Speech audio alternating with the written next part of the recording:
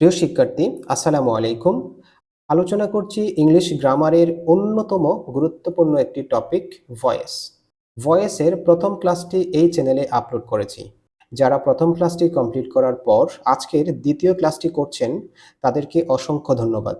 এবং যিনি এই ক্লাসটি আজকেই প্রথমবার করছেন তার প্রতি আমার পরামর্শ হচ্ছে আপনি দয়া করে ভয়েসের প্রথম ক্লাসটি প্রথমেই করে নেন। এরপর এই ক্লাসটি করলে আপনার জন্য ভয়েস বোঝাটা অনেকটা সহজ হবে। যা হোক, এখন চলুন আজকের ক্লাসটি শুরু করি। প্রিয় শিক্ষার্থী, প্রথমেই আমরা দেখব মডাল অক্সিলিয়ারি ভার্ব যুক্ত একটি ভয়েসকে কিভাবে প্যাসিভে রূপান্তর করতে হয়। প্রথমে জেনে নিই মডাল অক্সিলিয়ারি ভার্বগুলো। Must, may, might, can, could, shall, should, will, would, ought to, be going to, used to, need এবং ডেয়ার। বি গোয়িং টু এই ওয়ার্ডটি অনেকেই মডাল অক্সিলিয়ারি ভার্ব হিসেবে স্বীকার করে, আবার অনেকেই বলেন এটা মডাল অক্সিলিয়ারি নয়। অন্যান্য যেই মডাল অক্সিলিয়ারি ভার্বগুলো আছে সেইগুলোর ব্যবহার বিধি এবং বি গোয়িং টু এর ব্যবহার বিধি একই রকম। এই জন্য আমি বলি বি গোয়িং টু একটি মডাল অক্সিলিয়ারি। এখন চলুন মডাল অক্সিলিয়ারি ভার্ব যুক্ত সেন্টেন্সকে কিভাবে প্যাসিভ ভয়েসে রূপান্তর করতে হয় সেই সিস্টেমটা আমরা জেনে নিই। ১ নম্বর সেন্টেন্সটা লক্ষ্য করুন, you must shut this doors. এই প্রশ্নটি এসেছিল ৩৫তম বিসিএস পরীক্ষায়। এই প্রশ্নটিকে যদি আপনি প্যাসিভ ভয়েসে রূপান্তর করেন তখন আপনাকে প্রথমেই খেয়াল রাখতে হবে অ্যাক্টিভ টু প্যাসিভে পরিবর্তনের যে মৌলিক ৬টি নিয়ম ছিল সেই নিয়মগুলো। সেই ৬টি নিয়মের মধ্যে এই ক্ষেত্রে ২ নম্বর নিয়মের ব্যবহারটা প্রয়োগ হবে না। যেমন আমরা প্রশ্নটিকে যদি প্যাসিভে পরিবর্তন করি তখন ১ নম্বর নিয়ম অনুসারে অবজেক্টকে সাবজেক্ট করতে হবে। আমরা যখন দিস ডোরস এই অবজেক্টকে সাবজেক্ট করব তখন এটা সাবজেক্টের জায়গায় বসাবো। এরপর টেন্স অনুসারে বিভার্ব বসাতে হয়। এখানে আমরা টেন্স অনুসারে বিভার্ব না বসিয়ে বরং প্রশ্নের মধ্যে যেই মডাল অক্সিলিয়ারিটি ছিল সেটাই বসিয়ে দিব। এই মডাল অক্সিলিয়ারির পরে বিভার্ব হিসেবে শুধুমাত্র বি বসাবো। মনে রাখবেন মডাল অক্সিলিয়ারির ক্ষেত্রে টেন্স অনুসারে অন্যান্য বিভার্ব না বসিয়ে শুধুমাত্র বি এই বিভার্বটি বসাবেন। তারপর মূল ভার্বের পাস্ট পার্টিসিপাল ফর্ম বসবে। শার্টের পাস্ট পার্টিসিপাল ফর্ম হচ্ছে শার্ট। এরপর প্রিপোজিশন হিসেবে বসবে বাই, তারপরে সাবজেক্টকে অবজেক্ট করতে হবে বাই ইউ। এইভাবে আমরা মডাল ভার্ব যুক্ত অ্যাক্টিভ ভয়েসকে প্যাসিভে পরিবর্তন করব। ঠিক একইভাবে আপনি যখন ২ নম্বর সেন্টেন্সটিকে প্যাসিভে পরিবর্তন করবেন তখন হবে our parents ought to be obeyed by us. প্রিয় শিক্ষার্থী, এই প্রশ্নটি এসেছিল আর ইউ অর্থাৎ রাজশাহী ইউনিভার্সিটির মার্কেটিং বিভাগে ২০০৮-৯ সালে। এইভাবে আপনি ৩ নম্বর এবং ৪ নম্বর সেন্টেন্সটিকে প্যাসিভ ভয়েসে পরিবর্তন করে কমেন্ট বক্সে লিখে দেখান, দেখা যাক আপনি সঠিকভাবে করতে পেরেছেন কিনা। প্রিয় শিক্ষার্থী, আমরা এখন শিখব রিফ্লেক্সিভ প্রনাউনযুক্ত সেন্টেন্সকে কিভাবে প্যাসিভ ভয়েসে পরিবর্তন করতে হয় সেই সিস্টেমটি। রিফ্লেক্সিভ প্রনাউনগুলোর মধ্যে আছে myself, ourselves, yourself, yourselves, himself, herself, itself, oneself এবং দেমসেলফস। মনে রাখবেন সেলফ হচ্ছে সিঙ্গুলার অর্থের জন্য এবং সেলফস হচ্ছে প্লুরাল অর্থের জন্য। লক্ষ্য করুন এখানে ২টি সেন্টেন্স লিখেছি। প্রথম সেন্টেন্সে আছে লাইলা ফেন্স হারসেলফ। এই সেন্টেন্সটিতে লাইলা সাবজেক্ট, ফেন্স হচ্ছে প্রিন্সিপাল ভার্ব এবং হারসেলফ হচ্ছে রিফ্লেক্সিভ প্রোনাউন। মনে রাখবেন রিফ্লেক্সিভ প্রোনাউনকে কখনোই সাবজেক্ট বানানো যায় না।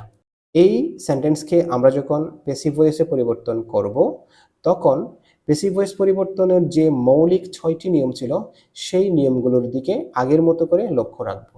যেমন আমাদের ১ নম্বর নিয়ম ছিল অবজেক্টকে সাবজেক্ট করা, কিন্তু এখানে অবজেক্টের জায়গায় বসেছে প্রিন্সিপাল ভার্বের পরে হার সেলফ। আমরা তো জানি হার সেলফ এটা রিফ্লেক্সিভ প্রোনাউন। এই রিফ্লেক্সিভ প্রোনাউনকে সাবজেক্ট বানানো যায় না। যেহেতু এটাকে সাবজেক্ট বানানো যাবে না সেহেতু প্রশ্নের মধ্যে যেই সাবজেক্টটি আগে থেকেই ছিল প্যাসিভের ক্ষেত্রেও ওই একই সাবজেক্টটাই বসবে। যেমন এখানে লাইলা ছিল সাবজেক্ট, প্যাসিভের ক্ষেত্রেও আমরা এখন লাইলাকেই সাবজেক্ট বানাবো। এটা ১ নম্বর নিয়ম। ২ নম্বর নিয়ম ছিল টেন্স অনুসারে বিভার্ব বসানো। এটা যেহেতু প্রেজেন্ট সিম্পল টেন্স সেহেতু আমরা এখানে বিভার্ব হিসেবে বসাবো এম, ইজ, আর থেকে ইজ।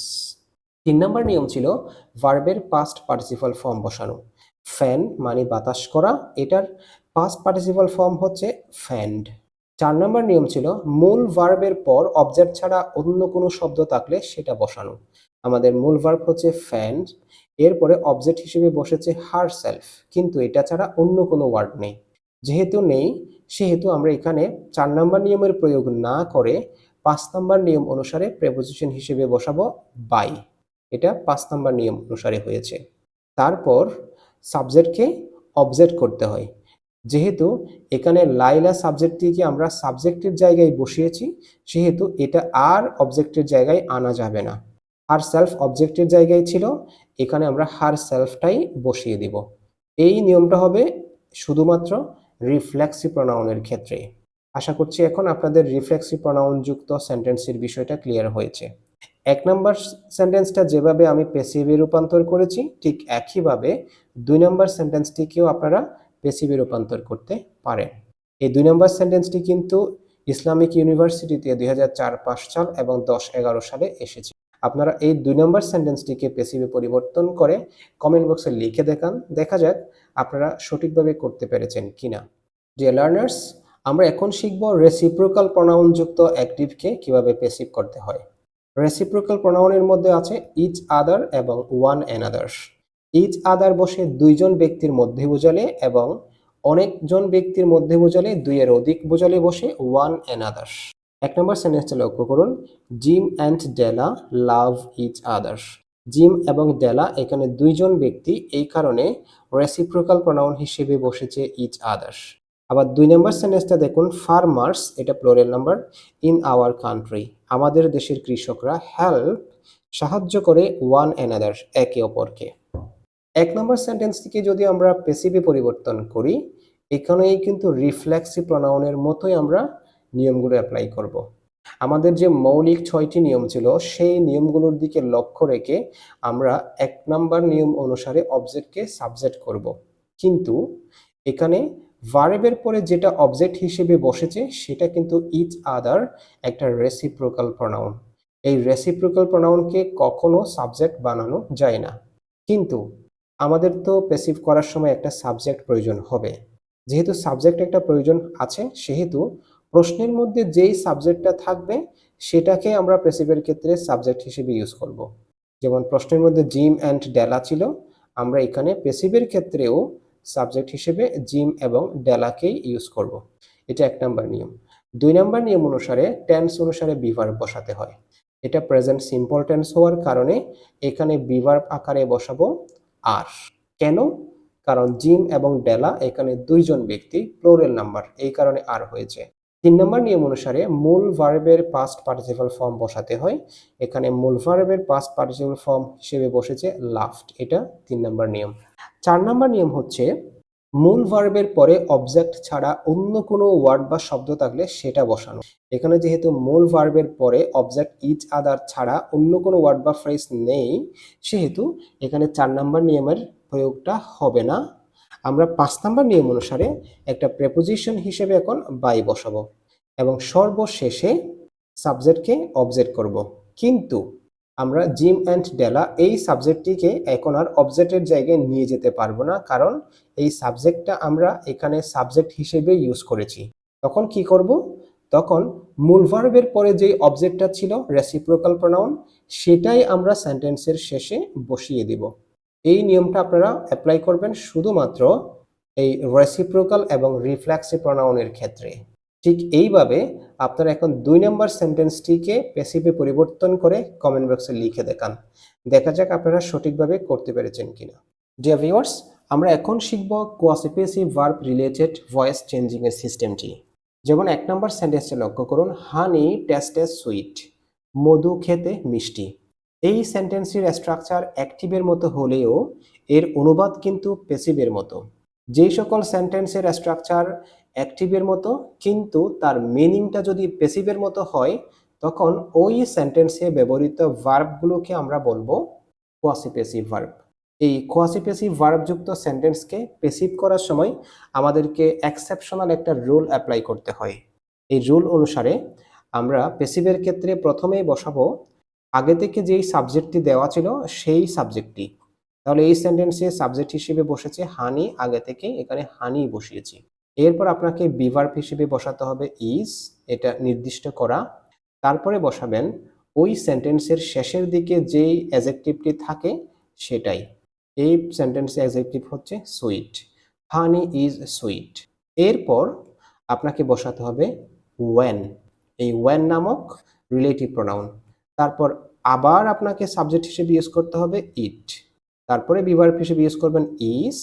এরপর মূল ভার্বের পাস্ট পার্টিসিপাল ফর্ম, এখানে টেস্টেস, এটার পাস্ট পার্টিসিপাল ফর্ম হচ্ছে টেস্টেড, শেষে ফুল স্টপ। এই নিয়মটা অ্যাপ্লাই করে আপনারা কোয়েসিভ ভার্ব যুক্ত সেন্টেন্সকে প্যাসিভে পরিবর্তন করতে পারেন। একইভাবে 2 নম্বর সেন্টেন্সটিকে যদি আপনি প্যাসিভ ভয়েস করেন তখন হবে দ্য রোজ, এটা সাবজেক্ট, প্যাসিভের ক্ষেত্রেও ওটাই সাবজেক্ট দ্য রোজ। এরপরে বসাবেন ইজ, এরপরে বসাবেন শেষের অ্যাডজেক্টিভটি sweet, the rose is sweet. তারপর বসাবেন ওয়েন এবং সাবজেক্ট হিসেবে বসাবেন ইট এবং ভার্ব হিসেবে ইজ। শেষের দিকে বসাবেন প্রিন্সিপাল ভার্বের পাস্ট পার্টিসিপাল ফর্ম স্মেলড। স্মেলের পাস্ট পার্টিসিপাল ফর্ম হচ্ছে স্মেলড। আমাদের মূল অ্যান্সারটা হলো the rose is sweet when it is smelled. আশা করছি quasi passive verb related voice changing এর সিস্টেমটি এখন আপনারা পারবেন। এই সিস্টেম ফলো করে 3 নম্বর এবং 4 নম্বর সেন্টেন্সটাই নিজেরা করে কমেন্ট বক্সে লিখে দেখান, দেখা যাক আপনারা সঠিকভাবে করতে পেরেছেন কিনা। ডিয়ার ভিউয়ার্স, আমরা এখন শিখব ইন্টারোগেটিভ সেন্টেন্সকে কিভাবে প্যাসিভে পরিবর্তন করতে হয় সেই সিস্টেমটি। লক্ষ্য করুন, প্রথম সেন্টেন্সটা হচ্ছে do you see the bird, এটি একটি ইন্টারোগেটিভ। কিভাবে চিনব? ইন্টারোগেটিভ সেন্টেন্সের মূল স্ট্রাকচার হচ্ছে সাবজেক্টের আগেই কিন্তু অক্সিলিয়ারি ভার্ব বসে। ডান পাশে লক্ষ্য করুন, এখানে ইন্টারোগেটিভের মূল স্ট্রাকচার লিখে রেখেছি। প্রথমে থাকবে অক্সিলিয়ারি ভার্ব, এরপরে থাকবে সাবজেক্ট, এরপরে থাকবে মেইন ভার্ব এবং এক্সটেনশন, একদম সর্বশেষে থাকবে একটা পাংচুয়েশন মার্ক হিসেবে প্রশ্নবোধক চিহ্ন।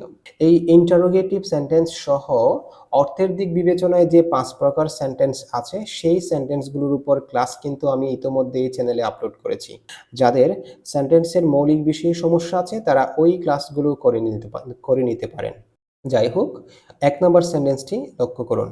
আমাদের মূল সেন্টেন্সটি হচ্ছে do you see the bird. এখানে ডু হচ্ছে অক্সিলিয়ারি ভার্ব, ইউ হচ্ছে সাবজেক্ট, সি হচ্ছে প্রিন্সিপাল ভার্ব। তাহলে এটি একটি ইন্টারোগেটিভ সেন্টেন্স। এই সেন্টেন্সকে আপনি যখন প্যাসিভ ভয়েসে পরিবর্তন করবেন তখন মনে রাখতে হবে আপনার প্যাসিভ ভয়েসটাও কিন্তু ইন্টারোগেটিভ অনুসারেই হবে। অ্যাকটিভটিকে প্যাসিভে পরিবর্তনের যে মৌলিক 6টি নিয়ম আছে সেই 6টি নিয়মের প্রথমটি ছিল অবজেক্টকে সাবজেক্ট করা। সি যদি ভার্ব হয় এরপরে দ্য বার্ড, এটা হচ্ছে অবজেক্ট। এই অবজেক্টকে আমরা যখন সাবজেক্ট করব তখন ভাবতে হবে এটা কিন্তু ইন্টারোগেটিভ সেন্টেন্স, আর ইন্টারোগেটিভ সেন্টেন্সে সাবজেক্টের আগে বি ভার্ব বা অক্সিলিয়ারি ভার্ব বসাতে হয়। এখন লক্ষ্য করুন এটা কোন টেন্স? এই প্রশ্নটা হচ্ছে প্রেজেন্ট সিম্পল টেন্স, আর আমরা জানি প্রেজেন্ট সিম্পল টেন্সে বি ভার্ব হিসেবে বসে এম ইজ আর। এই অবজেক্টকে আমরা যখন সাবজেক্টের জায়গায় নিয়ে যাব দ্য বার্ডের জন্য বি ভার্ব হিসেবে বসবে ইজ। এখন এই ইজটা আমরা শুরুতে বসাবো, তারপর বসবে ইজ দ্য বার্ড। এই দ্য বার্ড হয়েছে 1 নম্বর নিয়ম অনুসারে, 2 নম্বর নিয়ম অনুসারে হয়েছে ইজ। 2 নম্বর নিয়মটা আগে এসেছে ইন্টারোগেটিভ সেন্টেন্স হওয়ার কারণে। আর 3 নম্বর নিয়ম হচ্ছে মূল ভার্বের পাস্ট পার্টিসিপাল ফর্ম বসানো। এখানে সি এর পাস্ট পার্টিসিপাল ফর্ম হচ্ছে সিন। 4 নম্বর নিয়মের প্রয়োগ এখানে হবে না কারণ অবজেক্ট ছাড়া অন্য কোনো ওয়ার্ড নেই। 5 নম্বর নিয়ম অনুসারে আমরা এখানে বসাবো প্রিপোজিশন হিসেবে বাই। এরপরে 6 নম্বর নিয়ম অনুসারে সাবজেক্টিভ ফর্মকে অবজেক্টের জায়গায় নিয়ে যাব, তখন হবে বাই ইউ, শেষে একটা প্রশ্নবোধক চিহ্ন বসিয়ে দেব। তখন আমাদের প্যাসিভের মূল অ্যান্সারটি হচ্ছে is the bird seen by you. এখন 2 নম্বর সেন্টেন্সটি লক্ষ্য করুন, does he not speak English well. এখানে ডাজ হচ্ছে অক্সিলিয়ারি ভার্ব, হি হচ্ছে সাবজেক্ট, স্পিক হচ্ছে প্রিন্সিপাল ভার্ব, ইংলিশ হচ্ছে অবজেক্ট, ওয়েল হচ্ছে অবজেক্টের পরে অতিরিক্ত ওয়ার্ড। এই সেন্টেন্সকে যদি আমরা প্যাসিভে পরিবর্তন করি তখন আমাদের ভাবতে হবে এখানে অবজেক্ট হিসেবে আছে ইংলিশ। ইংলিশকে যদি আমরা শুরুতেই আনি তার আগে কিন্তু আমাদের অক্সিলারি ভার্ব নিয়ে আসতে হবে কারণ এটা ইন্টারোগেটিভ সেন্টেন্স। এটা প্রেজেন্ট সিম্পল টেন্স, আর প্রেজেন্ট সিম্পল টেন্সে অক্সিলিয়ারি ভার্ব বা বি ভার্ব হিসেবে ইউজ করতে হয় এম, ইজ, আর। ইংলিশের জন্য আমরা এখানে বসাবো ইজ। কিন্তু এখানে আরেকটা ওয়ার্ড আছে নট। মনে রাখবেন এই নট ওয়ার্ডটি নাউনের আগে বসে এবং প্রনাউনের পরে বসে। যেহেতু এখানে ইংলিশ হচ্ছে একটা নাউন, এই ওয়ার্ডটি নট ওয়ার্ডটি এখন নাউন ইংলিশের আগে বসাতে হবে, অর্থাৎ ইজ এর পরে বসবে নট। ইজ নট এর পরে বসাতে হবে আমাদের মূল সাবজেক্ট ইংলিশ। এই অবজেক্টটিকে এখন সাবজেক্ট বানালাম, ইজ নট ইংলিশ। তারপরে বসবে আমাদের প্রিন্সিপাল ভার্বের পাস্ট পার্টিসিপাল ফর্ম। স্পিকের পাস্ট পার্টিসিপাল ফর্ম হচ্ছে spoken. Is not English spoken. তারপর অবজেক্ট ছাড়া অন্য যে ওয়ার্ড বা ফ্রেজ থাকে সেটা বসাতে হয়, স্পোকেন ওয়েল। এরপরে প্রিপোজিশন হিসেবে বসবে বাই। এরপরে বসবে সাবজেক্টের অবজেক্টিভ ফর্ম হিম। শেষে প্রশ্নবোধক চিহ্ন। আমাদের মূল অ্যান্সারটা দাঁড়ালো is not English spoken well by him. এইভাবে, ঠিক এইভাবে এই নিয়মগুলো অ্যাপ্লাই করে 3 নম্বর সেন্টেন্সটা আপনারা নিজেরাই প্র্যাকটিস করুন। ডিয়ার ভিউয়ার্স, ইন্টারোগেটিভ সেন্টেন্সের ক্ষেত্রে প্রথম দিকে যেই সেন্টেন্সগুলো করেছেন ওইগুলোতে কোথাও কিন্তু ডব্লিউএস ওয়ার্ড ছিল না। এখন আপনারা যে ইন্টারোগেটিভ সেন্টেন্সগুলো দেখছেন প্রত্যেকটা সেন্টেন্সে শুরুতেই কিন্তু ডব্লিউএস ওয়ার্ড আছে। ডব্লিউএস ওয়ার্ড যুক্ত সেন্টেন্সকে যখন আপনি প্যাসিভ ভয়েস করবেন তখন কিন্তু আপনাকে বেশ কিছু এক্সেপশনাল রুল অ্যাপ্লাই করতে হবে। যদি আপনার প্রশ্নের মধ্যে ডব্লিউএস ওয়ার্ড হিসেবে হু থাকে তখন প্যাসিভ ভয়েস করার সময় আপনাকে এই হু এর পরিবর্তে শুরুতে কিন্তু বাই হোম বসাতে হবে। হু এর জায়গায় প্যাসিভের বেলায় বসবে বাই হোম। আর বাকি নিয়মগুলো কিন্তু আগের মতো। যেমন থট ইউর ফ্রেন্ডস, এই প্রশ্নটা এসেছিল 41তম বিসিএস পরীক্ষায়। থট ইউ ফ্রেন্ডস এটা হচ্ছে পাস্ট সিম্পল টেন্স। এটা যেহেতু পাস্ট সিম্পল টেন্স, এই সেন্টেন্সের মধ্যে থট হচ্ছে প্রিন্সিপাল ভার্ব, ইউ হচ্ছে অবজেক্ট, ফ্রেন্ডস হচ্ছে অতিরিক্ত ওয়ার্ড। এই অবজেক্টকে আমরা এখন সাবজেক্ট বানাবো, কিন্তু এটা পাস্ট সিম্পল টেন্স। আর পাস্ট সিম্পল টেন্সে বিভার্ব হিসেবে বসাতে হয় ওয়াজ অথবা ওয়ার। ইউর জন্য বিভার্ব হিসেবে বসবে ওয়ার। এই ওয়ারের পরে আপনি বসাবেন অবজেক্টকে সাবজেক্ট হিসেবে।